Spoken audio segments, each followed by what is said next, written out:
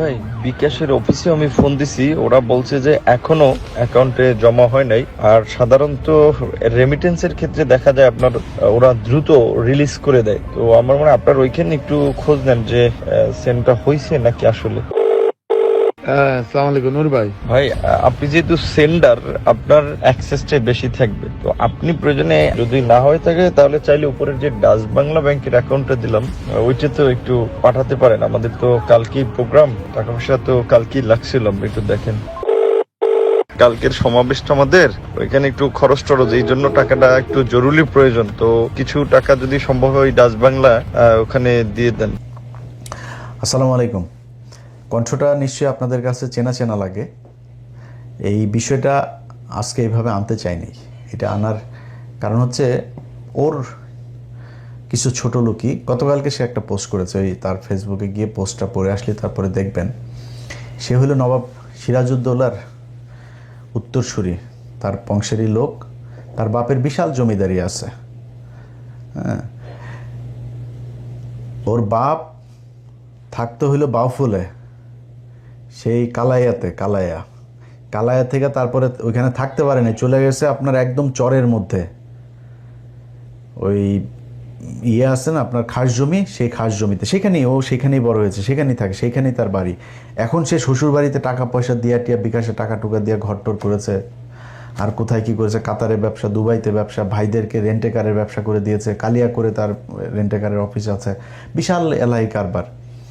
তো সে এখন বিশাল আকারের মানে পয়সাওয়ালা এক বাপের বেটা। মানে ভাবটা এরকম, জন্মগতভাবেই সোনার চামচ মুখে নিয়ে তারপরে সে বড় হয়েছে। তার টাকা পয়সার কখনো কোনো সমস্যা ছিল না।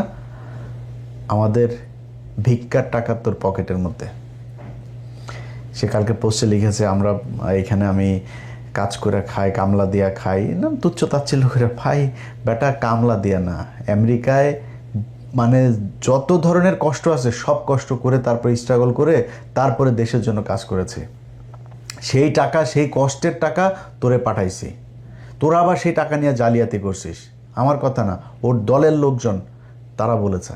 প্রতি মাসে প্রবাসীরা এই চাঁদাটা দেয়, আমাদের একটা রিসিপ্ট পাওয়ার কথা, কিন্তু আমরা এই রিসিপ্টটা পাই না। প্রতি মাসে আমরা রিসিপ্টের জন্য এই আলোচনা হয়, অর্থ কমিটির হিসাব নিয়ে আলোচনা হয়, কিন্তু অর্থ কমিটি কোনো মাসেই স্বচ্ছ একটা হিসাব আজ পর্যন্ত দাঁড় করতে পারে নাই। এই বক্তব্যর পরে আবার যখন এই দলের ভেতরে গ্যাঞ্জাম শুরু হওয়ার পরে সে একটা টক শোতে গিয়েছিল, ওই যে খালিদ মহিউদ্দিনের। সেই টক শোতে যাওয়ার পর তার এই প্রশ্ন করা হয়েছে যে আপনি টাকা পয়সা হিসাব দেন না, আপনি ইচ্ছা মতো বিকাশের টাকা টুকা নিয়ে সব ভাঙেন। তখন সে বলেছে কি যে আমি অর্থ কমিটি নাকি সব জানে, সে কিছু জানে না। আপনি প্রবাস থেকে কি পরিমাণ টাকা পেয়েছেন গণ অধিকার পরিষদের জন্য? সেটা আমাদের অর্থ কমিটি এবং অডিট কমিটি বলতে পারবে, কারণ এটা তো আমি জানি না, অর্থ কমিটি এবং অডিট কমিটি বলতে পারবে। হ্যাঁ, আসসালামু আলাইকুম নূর ভাই। ভাই, আপনি যেহেতু সেন্ডার, আপনার অ্যাক্সেসটাই বেশি থাকবে। তো আপনি প্রয়োজনে যদি না হয়ে থাকে তাহলে চাইলে উপরের যে ডাচ বাংলা ব্যাংকের অ্যাকাউন্টটা দিলাম ওইটা তো একটু পাঠাতে পারেন। আমাদের তো কালকেই প্রোগ্রাম, টাকা পয়সা তো কালকেই লাগছিল, আপনি একটু দেখেন। যখন এটা নিয়ে একটু আলোচনা শুরু হয় তখন নূর ভাই বলে, এই সামনের মাসে তোমরা সঠিক হিসাবটা নিয়ে আসবে। এখানে আলোচনা থামিয়ে দেওয়া হয়, তারপর থেকে আলোচনাটা আগায় না। এইভাবেই অর্থ কমিটি চলতেছে, কোনো স্বচ্ছতা অর্থ কমিটির আজ পর্যন্ত এই 1.5 বছরে আমরা সঠিক হিসাব পাই নাই। ও চুরি করতো, এটা ওর দলের মানুষ। এই যেটা ছাত্র অধিকার পরিষদ বলেন, ওই যে কোটা আন্দোলন বলেন, এই কোটা আন্দোলন দিয়েই তো সবার উত্থান। আপনি আসিফ বলেন, নাহিদ বলেন, ওই ওর আশপাশে যারা যে 2-4 জন আছে, ওর সাথে আর কেউই নেই এখন। ও খালি রাশেদ আর ও, এর বাইরে ওর সাথে কেউ নেই। ওর শ্বশুরবাড়ির কিছু লাঠিয়াল আছে, ফুফাতো ভাই, খালাতো ভাই, চাচাতো ভাই, এগুলো মিলে বরিশালের একটা গ্রুপে নিয়ে, একটা লাঠিয়াল বাহিনীরে নিয়ে ও এনে ধান্দাবাজি করে। এই ধান্দাবাজি করেই তার চলছে। এখন সে নিজের বিরাট আকারের পয়সাওয়ালা লোকজন, বিরাট আকারের মানে অনেক কিছু হয়ে গেছে তো, বুঝছেন না? ফকিন্নির পোলারে আপনি যদি নাকি টাকা পয়সা দেন, ও তো এটার গরম সহ্য করতে পারবে না। এখন যখন কিনা ওর এই টাকা পয়সাগুলো আমরা 2000 কত সাল, এটা 19 সাল, 19 তারপরে 20, ওই সময়টাতে সবচাইতে বেশি টাকা তাকে দেওয়া হইতো। একবার তার প্রতি মাসে আমরা 1-2 এরকম প্রতি মাসে দিতাম বিভিন্ন জনের কাছ থেকে তুলে। তো তাদের ভেতরে একজনের কাছে $2,500 পাঠানো হয়েছিল একবার, আমার মনে আছে। এই টাকা এরকম অনেকে পাঠিয়েছে এখানে, মানে আমেরিকায় যারা আছে আপনি খোঁজ নেবেন, ওই নায়েব আলী, ওই যে মাসুম, এরকম যারা যারা আছে পরিচিত লোকজন যারা আছে, আপনারা তাদের কাছে জিজ্ঞেস করেন, সবাই টাকা দিয়েছে এবং মানুষের কাছ থেকে নিয়ে তারপরে টাকা দেওয়া হয়েছে। আমি যদি দিয়েছি $500, আরেকজনের কাছ থেকে নিয়েছি $500, আর যদি কোনো সময় দেখা গেলো $100 আছে, ওকে $100 কত ভাই, 1000 হয়েছে, দান পাঠান, এভাবে টাকা পাঠানো হইতো। সেই টাকা $2,000 তাকে পাঠানো হতো। তখন $85, $84, $86 এরকম $1 রেট পাঠানো হইলো। সম্ভবত মনে হয় বাংলাদেশি টাকায় 2 লাখ বা এরকম অ্যারাউন্ড এরকম কিছু, আমার মনে নাই। বাট $2,500 আমরা পাঠিয়েছিলাম, 2,500। এই টাকা পাঠানোর পরে এখন হঠাৎ করে এই নুরু ফোন দিছে যে ভাই টাকা তো আসেনি, টাকা তো পাঠানো হয়েছে, ওর সাথে নামটা আর বললাম না ওইটা। এরপরে সে ধরা খাওয়ার পরে বলতেছে ভাই আমার বাচ্চা হয়েছে, ওয়াইফের ডেলিভারি, হসপিটালের বিলে টাকাটা খরচ হয়ে গেছে, আমি এটা খরচ করে ফেলছি। পরে আবার পাঠাইছি আমরা, এরপরে আবার ফের এই তুলে তারপরে তাদেরকে টাকা পাঠানো হয়েছে। নুরু এত সহজ না, আমেরিকার জীবন, আমেরিকায় আসে আর টাকা গাছ থেকে পড়ে যায় এরকম না। এখানে যারা স্যুট টুট পরেও বাংলাদেশে যায় না, এরা এখানে কে কী করে, তোর তো 14 গোষ্ঠীর মধ্যে মনে হয় আমেরিকা কেউ থাকে না, থাকলে জিজ্ঞেস করিস। ফকিন্নির বাচ্চা, তুই যে ভাব মারিস এখন, তোর যদি টাকা পয়সা সারা জীবনে যদি তুই বাংলাদেশের সালমান এফ রহমানও হইস, তাও আমরা বুঝবো তুই যে ফকিন্নির পোলা, তোর বাপ চরে থাকতো, তোরা এই কালায়া থেকে যায়, তারপরে তোর থাকার ঘর ছিল না, সেখানে কালায়া থেকে থাকতে, এটা আমরা জানি। এটা তুই কি ঠিক করতে পারবি? এই কথাগুলো আজকে আনতে চাই নেই। ওর ইদানিং দেখবেন চলাফেরা, ওর পাঞ্জাবি, মানে নতুন নতুন পাঞ্জাবি, তারপরে হাঁটার যে ধরন, হাঁটার ভাবটা দেখলে আপনি বুঝবেন যে ফকিন্নির পোলাদের টাকা পয়সা হইলে কি হয়, এটা এরে দেখে ভালো করে বুঝবেন। তো তার মূল কাজটা সেটা হচ্ছে এখন যেটা হয়েছে, সে মূলত একটা ভাব ধরতে চাচ্ছে, একটা সুশীল একটা ভাব ধরতে চাচ্ছে। মাঝে মাঝে দেখবেন মবের বিরুদ্ধে কথা বলে, মব হচ্ছে এই সে এরকম কথাবার্তা বলতো, দেখতেন না? অথচ ওর এই যে কিছু ওর এই বাউফল, তারপর কি বলে কালায়া মালায় এইসবের কয়েক জায়গার গলা চিপার কিছু পোলাপানে নিয়ে ও এখানে ঢাকা শহরে মাস্তানি করেছে। এই 5 তারিখের বহুত মানুষের, আওয়ামী লীগের লোকজনের ব্যবসা প্রতিষ্ঠান, বাড়িঘর, এগুলো তো কালকে পোস্ট করেছে, আমি করেছি। ও যেই কাজগুলি ও করে, এই কাজগুলো আমার উপর দিয়ে চালিয়েছে। তুই নুরু শোন, তোর একটা কথা বলি, তোর কোনো বাপেরে যদি কোনোদিন জানতে পারিস যে ইলিয়াস কোনো ব্যবসা প্রতিষ্ঠানে কোনো কারোর কাছে যায়, তারপরে চাঁদাবাজি করছে, কারোরে তদবির করে করছে, বেটা বদলি করা তো পরের কথা, তদবির করছে কিনা তুই এটা খোঁজ নিস, যায় কারোরে কোনদিন করছে কিনা। যদি একটা দেখাইতে পারিস, নিজের জুতা দিয়ে নিজের গালে লাগাবো। তুই তোর মতো মনে করিস তুই সবাই রে, সে এগুলো কালকে পোস্টে লিখেছে। প্রথম 5 তারিখের পর আন্তর্জাতিক অপরাধ ট্রাইব্যুনালের চিফ প্রসিকিউটর তাজুল ভাইরে এখন তো আপনারা সবাই পাবেন খুব সহজে। তাজুল ভাইরে জিজ্ঞেস করেন, তাজুল ভাই ফোন করলো, ইলিয়াস এই বেয়াদব কয়েকটা উচ্ছৃঙ্খল পোলাপান নিয়ে এসে তারপরে এরকম বলতে, সে আমারে বলতেছে 1 মিনিটও চেয়ারে বসতে দিবে না, কারণ কি তার লোক ওইখানে নিয়োগ দিতে হবে প্রসিকিউটর হিসাবে তাজুল ভাইয়ের অফিসে। তাজুল বলছে না, এটা তো আপনার কথা মতো হবে না, সরকারের এটা নেবে, পদক্ষেপ নেবে, সেটা সরকারের ব্যাপার, এটা আপনার ব্যাপার না। তাজুল ভাই স্টেট কার্ড কথা বলে আইছে। তো তাজুল ভাই এই অপমান সহ্য উনি আমার ফোন দিয়েছে, তাজুল ভাই বলছে ইলিয়াস এই ব্যাপার কী। তা আমি জাস্ট খালি পোস্ট দিলাম, বলছি নুরু তোরে 2 মিনিট সময় দিলাম, 2 মিনিটের মধ্যে ওইখান থেকে বের হয়ে আসবে, মাস্তানি সব জায়গায় করবি না। আচ্ছা তাজুল ভাইরে আমি ভীষণ পছন্দ করি। সাথে সাথে রাশেদ ফোন দিছে, বলি ভাই আপনি এই পোস্টটা ভাই ডিলিট করেন, আমরা ভাই এখান থেকে চলে যাচ্ছি, সরে আসছে। আচ্ছা, স্বাস্থ্য মন্ত্রণালয়ের একজন স্বাস্থ্যমন্ত্রী একজন ব্যক্তিগত সহকারী ছিল, সেই ছেলেটা একজন জুলাই যোদ্ধা, তার হাত দিয়ে বহু জুলাই এই যুদ্ধে আহত বহু মানুষকে সে এই সুস্থ করেছে। এইটার কারণেই তাকে এই মন্ত্রীর পিএস বানানো হয়েছিল। সে বহু পোলাপানকে সে রাশিয়া থেকে আপনার MBBS করেছে, যে কারণে রাশিয়ায় তার অনেক এই মেডিকেলে আপনার অনেক প্রফেসর এরা ছিল, ভালো ভালো হসপিটাল ছিল, সেগুলি সে চিনত, সে বিভিন্ন রোগীকে নিয়ে গিয়েছে। এমন একজন মানুষকে সে তার একটা তদবির করেছে, তাদের কাছ থেকে আপনার কিছু জিনিস কিনতে হবে, এটা নুরু দিবে, সাপ্লাই দিবে। সে বলছে না ভাই আমি এটা পারবো না। কেন পারবে না? তার বিরুদ্ধে যায় আপনার দুদকের সামনে যায়, তারা তার পোলাপান কয়টা আছে, 50-60 জন কি পোলাপান আছে, এগুলো টাকা পয়সা দিয়ে পারলে আগে বিকাশের টাকা খাইতো, এখন দান্দাবাজি টাকায় খায়। তো এখন হয়তো সংখ্যা আরও বাড়বে। দুদকের সামনে যায় এক দফা এক দাবি নিয়ে বসছে, ওই ওনারে পিএসসি করতে হবে। দুদকের যায় সেখানে ফাইল করছে, সেখানে মব সৃষ্টি করে সেই ছেলের বিরুদ্ধে তারপরে করা হয়েছে। সেই পিএস আমার ফোন দিল, ভাই এই ব্যাপার। আমি সাথে সাথে এটা খোঁজ নিলাম, নিয়ে দেখলাম যে ছেলে খুব ভালো। সে বাইরে তখন দুদকে সে যখন করেছে, আপনার কমপ্লেন করেছে, সে তখন রাশিয়াতে। এই নুরু বলেছে দুদককে যে সে রাশিয়া পালিয়ে চলে গিয়েছে, অথচ নুরু তখন একজন রোগী, খুব সিরিয়াস একজন রোগী। আপনাদের মনে আছে যে যার ওই যে মুখ দিয়ে আপনার এই নাকটাক এগুলো সব যে একদম হয়ে গিয়েছিল আর কি, বিকৃত হয়ে গিয়েছিল, সেই ছেলেকে সে ওইখানে ট্রিটমেন্ট নিয়ে দিতে গিয়েছে। সেই ছেলেরও বক্তব্য আমাকে পাঠিয়েছে, শোনেন আপনারা। আমি সেগুনতম্ব ভগবান এমনিতে সবাইকে দাদা নমস্কার ও রচি ভাল্যদের আসসালামু আলাইকুম। এই জুলাই আন্দোলনে শুরু হওয়া 5 আগস্টে সফল আহতদের নিয়ে যে গাছপার কাজ করেছেন, সেই গাছপার হচ্ছেন ওষুধের স্বাস্থ্য ওষুধের ধরনের ব্যক্তিগত কর্মকর্তা ডাক্তার মাহমুদুল হাসান ইন্দ্রাওতিলে এপিসে রাশিয়া আমার ছাত্র গিয়েছিলেন উন্নত চিকিৎসার জন্য। তো আমি এখন শুনতে চাচ্ছি ওনার নামে অনেক মিথ্যা গুজব ছড়াচ্ছেন, উনি নাকি কোটি কোটি টাকা রাশিয়া সরকার করেছেন। আরও শুনতে চেয়েছি উনি নাকি বাংলাদেশে আর দেন না। তো আমি তো দেখছি এখন উনি বাংলাদেশে আছে। কিছু কিছু শুদ্ধভাবে লোক আছেন যারা মিথ্যা অপবাদ ছড়াচ্ছেন।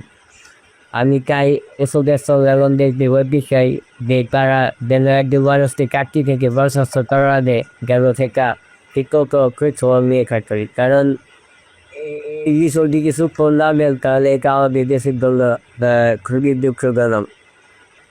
এমনকি আসাম নামের ভাই অনেক ভালো মানুষ, তিনি আমার সাথে ছিলেন প্রায় 2 মাসের মতো।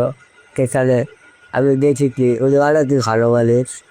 আচ্ছা, এরপরে হইলো তার এলাকার আপনার কালাইয়া, সেখানে আপনার গলাচিপায়, সেখানে আপনার করছে গলাচিপাতে ওইখানকার ইউএনও ছিল। সেই ইউএনওর কাছ থেকে 72 লক্ষ টাকা একদম 5 তারিখের পরপরই 72 লাখ টাকা খেয়ে দিছে। সেই খাওয়ার আবার একটা কঠিন কৌশল করে তারপরে সে খাইছে। ওই লোক আওয়ামী লীগের লোক, তারা বলছে তো আপনারা আমি রাখবো, আমি কি পাবো। তখন সে একটা সিস্টেম করছে যে নুরুকে সংবর্ধনা দিবে। এই সংবর্ধনার কথা বলে 72 লাখ টাকা খরচ করছে একটা সংবর্ধনার পিছনে। এটা সেই ইউএনএর সেই মধ্যে এখনো পর্যন্ত আছে। অতএব সেইখানে যখন 72 টাকা খরচ করতে হলে তো একটা হিসাব খরচটাও দেখাইতে হবে। প্যান্ডেল করছে, বিশাল এক প্যান্ডেল। এই যে প্যান্ডেল আপনারা দেখতেছেন, এইটা লোকজন নাই, খালি জায়গা। নুরু যায় থাকবে, 1 রাত থাকবে। 1 রাতের জন্য একটা এসি কেনা হয়েছে। সেই এসি রুমের মধ্যে নুরু থাকতে হবে। নুরুর বাপ তো হইল গিয়া জমিদার, নুরু জীবনে তো এসি ছাড়া ঘুমায় নাই। নুরুর জন্য এসি কিনতে হয়েছে 1 রাতের জন্য। এই এসি মিসি কিনা আমার কাছে ওই পুরা এই কাগজ আছে, এই যে তালিকা দেখছেন, এই বিভিন্ন নামে দেখায় টোটাল প্রায় 73 লাখ টাকা সে ওইখান থেকে উঠাইছে। এই টাকাটা পুরা নুরু মেরে দিছে। এইভাবে সে এই 5 তারিখের পর থেকে পুরা সময়টাতে সে আপনার নানান ধরনের টাকা লুটপাট করছে। তো এই ফকিন্নির পোলার আপনার পা থেকে মাথা পর্যন্ত পুরাটাই দুর্নীতি, অনিয়ম, মানুষের টাকা আত্মসাৎ, এটাতে ভরা। সে জীবনে কোনো দিন আওয়ামী বিদ্বেষী ছিল না, সে আওয়ামী বিরোধী জীবনও কখনো ছিল না। তার রক্তের মধ্যে আওয়ামী লীগ। তার বাবার একটা বক্তব্য আপনারা শোনেন, তার বাপ তারে নিয়ে কি বলে। রাজনৈতিক দেশ ছিল বঙ্গবন্ধু শেখ মুজিবুর রহমান। এটা যদি আমি বলি দেশে ছিল না, তাহলে আমি ভুলের রাজ্যে বসবাস করি। আজ এখন বাংলাদেশে বঙ্গবন্ধুর পথ দ্বিতীয় নেতা বিভিন্ন। আমি আপনাদের কাছে আর একটা কথা বলি, আমি এখান থেকে বিদায় নেব। বিএনপি কিন্তু রাজনীতি করিয়া এই দেশ, তারপরে জাতীয় পার্টি কি রাজনীতি করিয়া ক্ষমতায় আসছে? কি বলেন? জাতীয় পার্টিও রাজনীতি করে আসে। আসে নাই, বিএনপিও রাজনীতি করে আসে নাই, বঙ্গবন্ধু রাজনীতি করে আসে। ভাবন প্রত্যেকের দোয়া সে এখন জাতীয় নেতা। তার সামনে বাংলাদেশে এখন জাতীয় নেতা আর নাই। মনে মনে কলা খায় ওনাগো নেতায়, তার সাথে দয়ালু যোগাযোগ করে তারেক রহমান। তোমরা এখানে বইয়া ছোলা কলা খায়। তার এলাকার আরেকজন আছে, সেও তার আত্মীয়, সেও ওইখানকার আওয়ামী লীগের পদে ছিল। সেই লোক তাকে হইল গিয়া এই গলা চিপার আপনার বানাইছে, বাউফলের আপনার শেখ মুজিব বানাইছে। শুনেন তার বক্তব্য। যিনি এই সারা বিশ্বে যাকে চেনে তিনি হলো নূর ভাই। আমি সর্ববিশ্বাস ইউনিয়নের 1 নং ওয়ার্ডবাসীকে বলতে চাই, ধর্মাত নির্বিশেষে গোপালগঞ্জ আমাদের শেখ হাসিনার বাড়ি, সেখানে অন্য কোনো গান নাই, শুধু গান হলো একটা নৌকা। আমাদের এই 10 মিলে গলা চিপা, আমরা তরে ভোট দেবো না, আমরা ভোট দেবো চরে। আমাদের গান হলো একটা, সেটা হলো সর্ববিশ্বাস ইউনিয়ন তৃতীয় গোপালগঞ্জ নামে পরিচিত। আপনারা তার শেখ হাসিনার সাথে যেদিন সে কিনা ওই যে ভিপি নির্বাচিত হয়, ভিপি নির্বাচিত হওয়ার পরে শেখ হাসিনার সাথে তো নিশ্চয়ই আপনারা তার বক্তব্যগুলো শুনছেন। আমি আজকে আবারও আপনাদেরকে শোনাই, এটা হয়তো অনেকেই মিস করে গেছেন। সেখানে বক্তব্যটা আগে আমরা শুনে আসি। আমিও যেটা বলেছি যে আমি ছাত্রলীগের কর্মী ছিলাম না, শুধু ছোটোখাটো একটা নেতাও ছিলাম, হলের পোস্টেড ছিলাম। আর আমি বিভিন্ন প্রোগ্রামে গিয়েছি, আমি দেখেছি নেত্রীকে ঢাকা মেডিকেল যখন বার্ন ইউনিটে বিএনপির আন্দোলনের সময় যখন আছে বিভিন্ন অকারেন্সগুলো ওঠে, তখন তিনি গিয়েছেন। আমরা রাস্তার পাশে দাঁড়িয়েছি, তাকে দেখেছি গাড়ির কালো গ্লাস থেকে, স্পষ্ট দেখতে পারিনি, টিভিতে দেখেছি। আর আজকে দেখার পর আমি অনেকক্ষণ চেয়ে রয়েছি। আমি 2.5 বছর বয়সে আমার মা মারা যায়, আর আমার ছোটো ভাইকে এখানে এসেছে, ওর বয়স ছিল তখন 1 বছর। আমার মায়ের এটা আমি যতটুকু মনে করতে পারি, আমি সেটা খুঁজে পেয়েছিলাম আমার প্রাইমারির একজন শিক্ষিকার মধ্যে, আমি যেই প্রাইমারিতে পড়েছি। আর আজকে আমি মাননীয় প্রধানমন্ত্রী এতদিন টিভিতে আমি ওভাবে দেখতে পারিনি, কিন্তু আজকে দেখে আসলে আমার মনে হয়েছে যে তার মধ্যে আমার মায়ের চেহারাটা আমি কিছুটা দেখতে দেখি, এরকম একটা জিনিস হচ্ছে। সেজন্য অনেকে আসলে বিভিন্ন উপাধিতে বলে থাকেন। আর আমরা একটা জিনিস দেখেছি যে আসলে তিনি প্রধানমন্ত্রী হিসেবেও, আমি বলবো না তিনি প্রধানমন্ত্রী, তিনি সবার প্রধানমন্ত্রী, তারপরেও তার কিছু স্পেশাল আসলে ক্যারেক্টার যেটা আমরা দেখেছি, যে কখনো ছোট শিশুকে কোলে নিয়ে মানে একদম সিম্পল একজন যে নারীর যে ভূমিকা, সেই ভূমিকা অবতীর্ণ। আবার যখন দেখেছি আন্দোলন সংগ্রামে মানে তার শুনেছি ওই সময়ের তার সেই মানে ছাত্র রাজনীতি থেকে উঠে এসেছে, তার কৃতিত্বের কথা আমরা শুনেছি। আর বঙ্গবন্ধুর কথা তো এটি আসলে তো শুধু আমরা না, সারা বিশ্বের মানুষ জানে।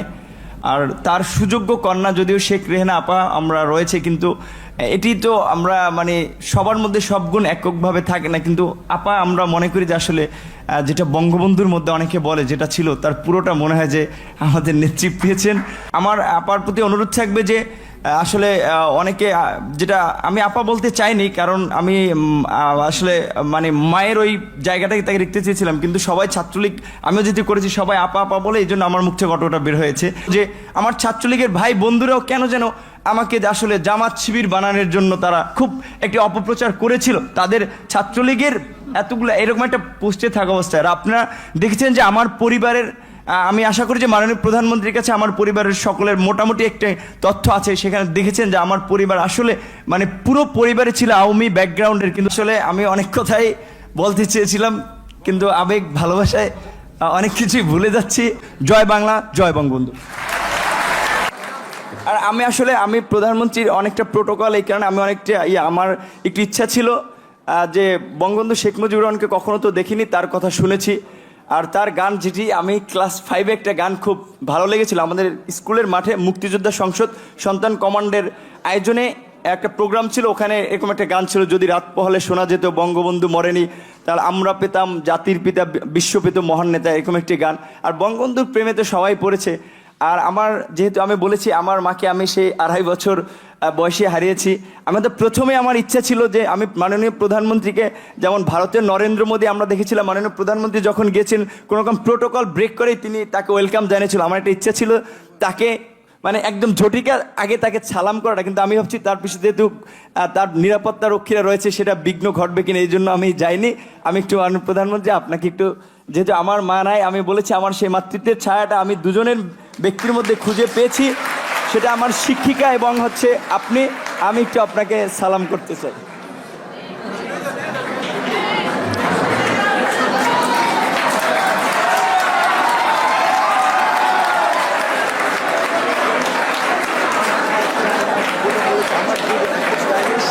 দেখেন, তাকে এই কোটা আন্দোলনের পোলাপান, এটা তো সে একা করে নাই, এই আন্দোলন যারা করছে তাদের ভেতরে অন্য যারা ছিল, ওই দিন যখন সে শেখ হাসিনার ওই প্রোগ্রামে যায় সবাইকে নিয়ে গেছে এক গাড়িতে, আর তাকে নিয়ে গেছে আবার আরেক গাড়িতে, এটা প্রমাণও আছে।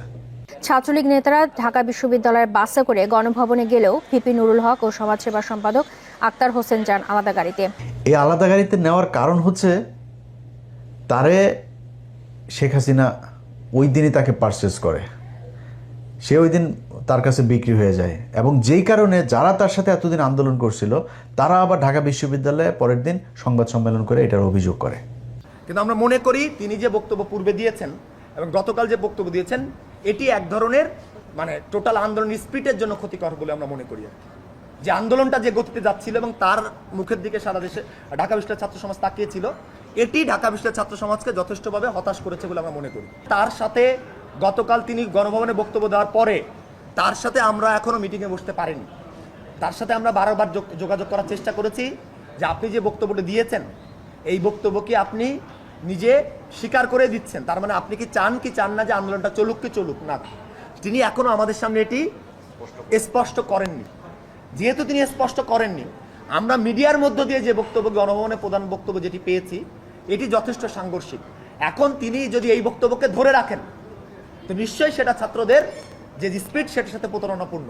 তিনি যেটি বলেছেন যে এই একটা নির্বাচন করতে গেলে কিছু ছোটোখাটো ত্রুটিপূর্ণ থাকে, আমরা প্রত্যাশা করি আগামীবার যে নির্বাচনটি হবে সেই নির্বাচনটি যথেষ্ট সুষ্ঠু হবে। আমরা মনে করি এই নির্বাচনটি তিনি যে বক্তব্য প্রদান করছেন আর এই বক্তব্যটা যথেষ্ট সাংঘর্ষিক।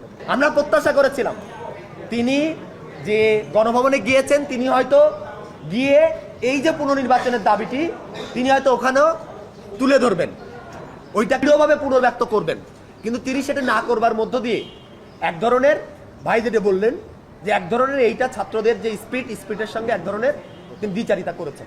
আচ্ছা, এটা আবার দেখেন, সে একটা ব্যাখ্যা দিয়েছে যে তাকে নাকি ওই দিন নিয়ে যাওয়া হয়েছিল, মানে এই 5 তারিখের পরে সে ব্যাখ্যা দিয়েছে তাকে নাকি ওই দিন নিয়ে যাওয়া হয়েছিল, তার বাবাকে চাপ দিয়ে তারপরে নিয়ে যাওয়া হয়েছে, অথচ ওর বাপের সাথে ওর ভালো সম্পর্ক না। ওর বাপ এই 5 তারিখের পরে ওর পিছনে আসে, ওর বাপের সাথে কিন্তু ওর ভালো সম্পর্ক না, ওর বাপ ওরে দেখেও না তেমন ঠিক মতো। ওর ওই যে নানি বাড়িটারি আরও কিছু আত্মীয় স্বজন আছে তারা ওরে দেখে, ওর বাপ আরেক জায়গায় বিয়ে করে ওর বাপ তার মতো থাকে, ওর বাপের সাথে ওর সম্পর্ক ভালো না, অথচ তার বাপের নাকি চাপ দিয়ে তাকে নাকি ইয়ে করছে। অথচ তার যে বক্তব্য আপনারা শুনলেন, আপনার কি মনে হয় যে কোনো দিন কোনো মানুষকে চাপ দিয়ে এত স্বতঃস্ফূর্তভাবে তোরা চাপ দিয়ে নাই অনুষ্ঠানে নিয়ে যাইতে পারে? আপনাকে আমার মায়ের মতো লাগে, আপনি আর পায়ে ধরে মাপ চাইছে, আপনারা দেখছেন না, পায়ে ধরে সালাম করছে সে, অথচ সে বলে আরেকটা। আমার কাছে ফোন আসলো তৎকালীন প্রধানমন্ত্রীর কার্যালয়ের থেকে যে ডাকসুর সমস্ত প্যানেলকে তিনি চায়ের আমন্ত্রণ জানিয়েছে। যাওয়ার সিদ্ধান্ত নেওয়ার আগেই তখন আমার বাবাকে এই পটুয়াখালী থেকে ঢাকায় নিয়ে আসা হয় এবং নিয়ে এসে তাকেও কিছুটা আসলে যে আতঙ্কিত করা হয়, আপনার ছেলে যদি না যায় আপনার ছেলেকে মেরে ফেলতে পারে। যে দেখেন খালেদা জিয়ার মতো একজন বিশাল মাপের নেত্রী তাকে জেলে নিয়েছে, বিএনপির নেতাকর্মীরা কি আন্দোলন করে তাকে বের করতে পেরেছে? সে যদি না যায় এটার জন্য তার পরিণতি কিন্তু চরম আসলে খারাপ হতে পারে। তো এখন আমার মা নেই, তো আমার বাবা আসলে এক প্রকারে আমার বলা চলে যে খুব ক্ষমা চাওয়ার মতো, যে বাবা আমি তো তোদেরকে মানুষ করেছি, আমি তোদের কাছে কিছু চাই নাই বলি নাই, তোরা বিশ্ববিদ্যালয়ে পড়স, আমি তোর একটা অনুরোধ করি যে যেহেতু প্রধানমন্ত্রীর পক্ষ থেকে দাওয়াত করা হয়েছে গণভবনে যাও। উনি স্বাভাবিকভাবেই যে একজন মায়ের জাতি, তো ওনাকে তুমি সেভাবেই সম্মান করবা। আমার বাবাই আমাদেরকে তখন মায়ের আদর বাবার আদর দুটো দিয়ে বড় করেছে। তখন আসলে আমি খুব একটা দায়বদ্ধতার মধ্যে পড়ে যাই যে আমার বাবার কথা বা বাবার একটা আকুতি বা আমি নিজে যেই ক্যারেক্টারের বলা চলে সেটা আমার বাবার অনুরোধের কারণে। আচ্ছা দেখেন, সে যে কথাটা বলেছে এই কথাটা সত্যি না। তার বাবাকে ধরে তারপরে চাপ দিয়ে তাকে তারপর করেছে, এই কথাটা সত্যি না। কিন্তু একটা জিনিস সবার মাথায় প্রশ্ন আসতে পারে যে নুরু তো হাসিনার বিরুদ্ধে আন্দোলন করেছে, অনেকবার মার খেয়েছে, বহুবার, যতবার মার খাইছে ওর লুঙ্গি খুলে যদি নাকি ওর পশম গুনেন অতগুলি পশম মনে, যতবার পিটানিও খাইছে, ও জীবনে বহুত পিটানি খাইছে। তো এই পিটানি খাওয়ার অভ্যাসটা তার আছে, কিন্তু উদ্দেশ্য তার একটা ছিল, সেগুলো তার বড় হইতে হবে, মানে পয়সা পাতি হইতে হবে, ক্ষমতা আসতে হবে, এরকম একটা তার এইটা ভয়ঙ্কর রকমের ছিল তার ভেতরে। যে কারণে সে কিন্তু হলের পোস্টেড নেতা, সে ছাত্রলীগ করতো, আওয়ামী লীগ করতো, বাট ওইখানে যে ভাত পায় নাই, এখন তারা আলাদা সংগঠন করে তার নেতৃত্বে আসতে হবে, সে কারণে সে এটা করেছে। এই দেশের জন্য না, এই মানুষের জন্য কোনো কিছু না, সে তার নিজের জন্য করেছে। এবং তার পা থেকে মাথা পর্যন্ত পুরাটা দুর্নীতি এবং অনিয়ম এগুলো দিয়ে ভরা। এটা আমার কথা না, মানে আমি যে তার সাথে লাগার জন্য বলছি সেটা না, তার দল যারা করেছে এই পর্যন্ত, এই যে যাদেরকে দেখেন আসিফ নাহিদটাই যা কেউ থাকে নাই তার সাথে, কারণ থাকে না জানেন, কারণ তার এই চরিত্রের কারণে। আমার এখানেও আপনাকে একজনের বক্তব্য শুনে, তার দলের লোকজন তারা কি বলে, তারা যারা তার সাথে ছিল, যারা টাকা পয়সা দিত, এখানে কয়েকজন ব্যবসায়ী আছে আমার পরিচিত, এরা টাকা দিয়েছে, আমি বহু মানুষকে ভাই করেছে, ভাই নাম্বার দিয়ে দিতাম, ভাই এর এই নাম্বারে টাকা দিয়েন, একটা কল দিয়ে টাকা দিয়েন, এভাবে টাকা দিত। সেই ব্যক্তিরা তার দল থেকে চলে গিয়েছিল। চলে যাওয়ার কারণ আবার আছে আরেকটা, সেটাতে যাই, সেটা দিয়ে শেষ করি। এটা হচ্ছে যে আপনাদের ওই রেজা কিবরিয়ার কথা তো মনে আছে, তাই না?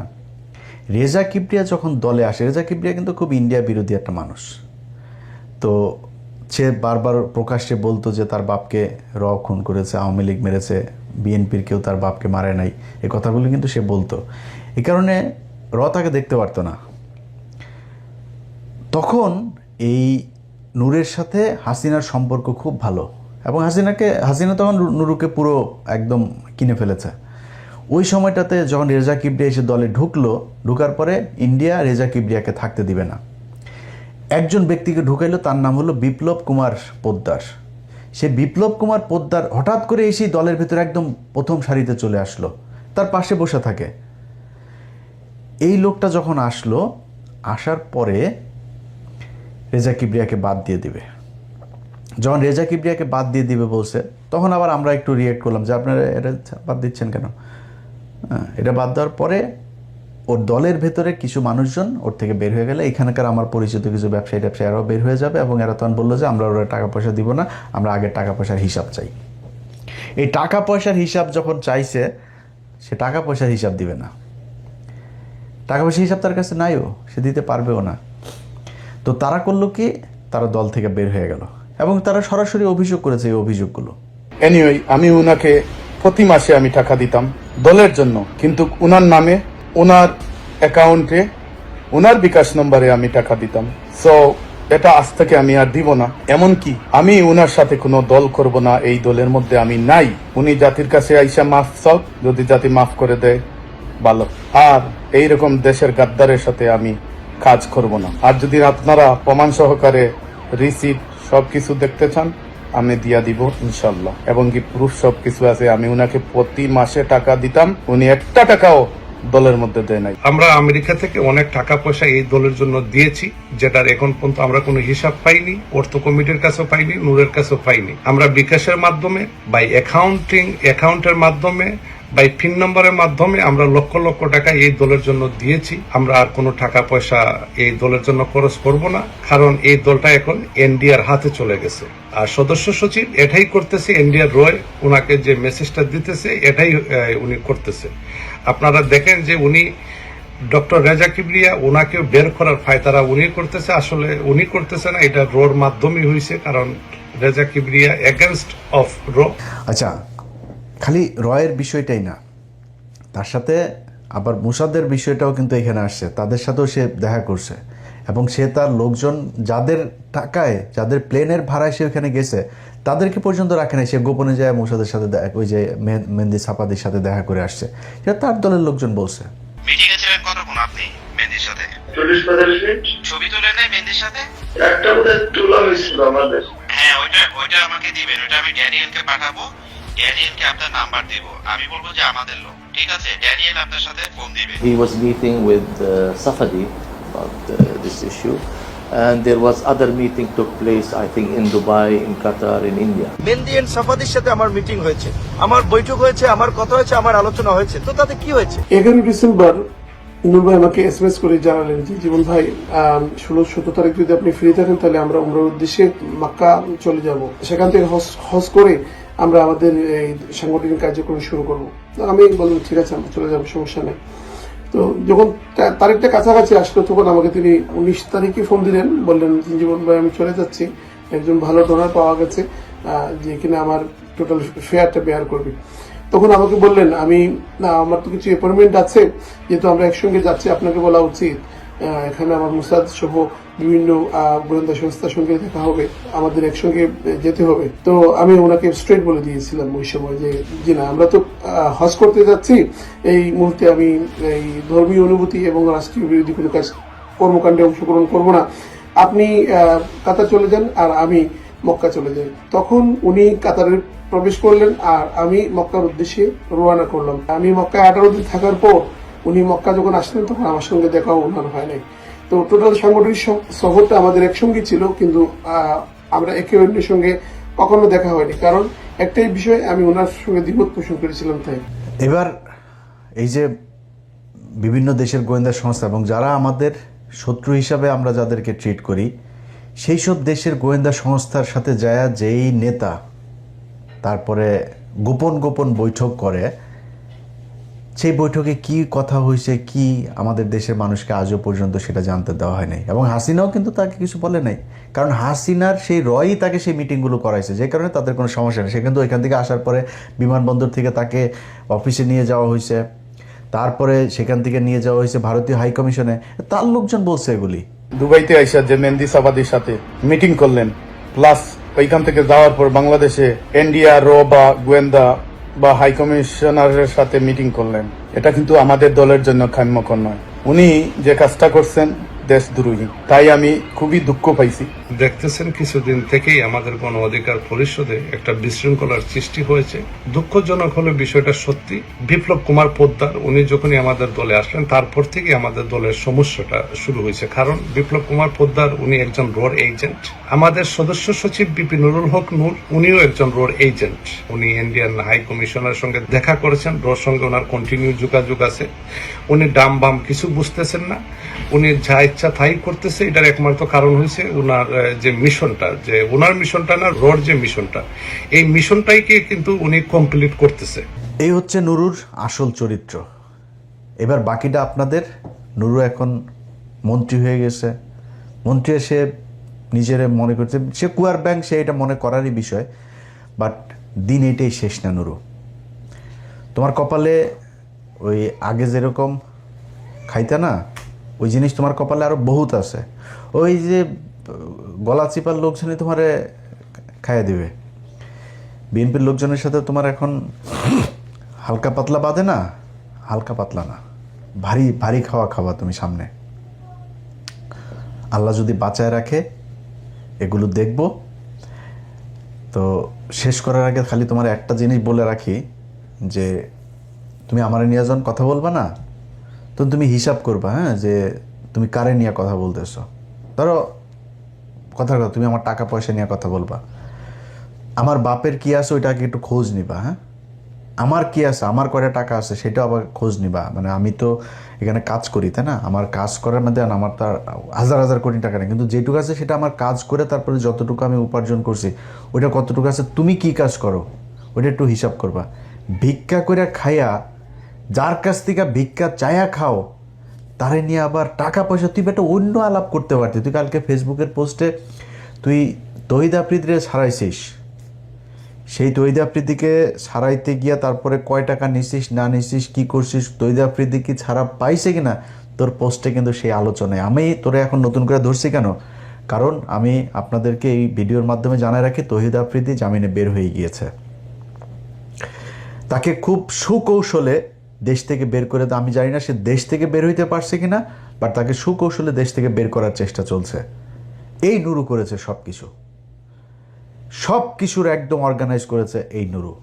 আপনাদের দেশবাসীর কাছে আমি আজকে ভিডিওতে বলে গেলাম, আমার এই ভিডিও থাকবে, আপনারা জানতে পারবেন, এই দেশের মিডিয়ার কাছে জানতে পারবেন, নাহলে আমি কনফার্ম হয়ে একদম তথ্য সহ আপনাদেরকে জানাই দিব। আপনারা এই 2-4 দিনের ভেতরেই বাংলাদেশের মিডিয়াতে জানবেন যে তহিদ আফ্রিদির জামিন হয়ে গিয়েছে। কিন্তু জামিনটা আসলে হয়ে গিয়েছে, সে বের হয়ে গিয়েছে, এটা নুরু করেছে, এই জন্য ওরে আমি ধরছি এবার। সো তুই টাকা পয়সা নিয়ে তারপরে ধান্দাবাজি করিস, আর আমি এই যারা ধান্দাবাজ তাদেরকে ধরানোর জন্য নিজের জীবন বাজি রেখে নিজের বিপদে ফেলে শত্রুতা তৈরি করে তারপরে তাদের শাস্তি চাই। এটা তোর মধ্যে আর আমার মধ্যে পার্থক্য। আর তুই আমার নিয়ে যখন কথা বলবি না, তোর পেটটার মধ্যে একটু হাত দিবি, দিয়ে দেখবি যে আমার কষ্টের টাকা তোর পেটের মধ্যে আছে, তোর টাকা আমার পেটের মধ্যে নেই, জীবনে আসবেও না, ইনশাল্লাহ আসবেও না। কারণ তোর না খায় মারা গেলেও তোর কাছে ভিক্ষা করবো না, তুই যেমন ভিক্ষা করতে পারিস ওটা আমার এতে হবে না। সো খুব হিসাব করে কথা বলবি। আল্লাহ হাফেজ। তো আজকে এই পর্যন্তই, কিন্তু প্রশ্নগুলো এখানেই শেষ নয়। এই দেশ, এই রাজনীতি, এটা আমাদের সবার। আপনি, আমি, আমরা সবাই মিলে গড়ে তুলব সচেতনতার একটা মঞ্চ। আপনার ভাবনা, আপনার চিন্তা এবং আপনার মতামত আমাদের দরকার। তাই কমেন্টে লিখে জানান এই মুহূর্তে আপনি কি ভাবছেন এবং আপনি কোন দিকে তাকাচ্ছেন। রিপাবলিক অ্যান্ড পলিটিক্স কেবল খবর বা বক্তব্যের জায়গা নয়, এটা একটা ভিন্ন মতের প্ল্যাটফর্ম। এখানে প্রশ্ন করার সাহস আছে, সত্যের পেছনে ছুটে চলার স্পর্ধা আছে। চ্যানেলটি ভালো লাগলে অবশ্যই সাবস্ক্রাইব করে পাশে থাকুন, কারণ একটা ক্লিকেই হতে পারে হাজারো অন্ধকার ভেদ করে আলো খোঁজা শুরু। ফিরছি পরের পর্বে আরও খোলামেলা বিশ্লেষণ নিয়ে। সে পর্যন্ত সবাই ভালো থাকুন, সুস্থ থাকুন। আল্লাহ হাফেজ।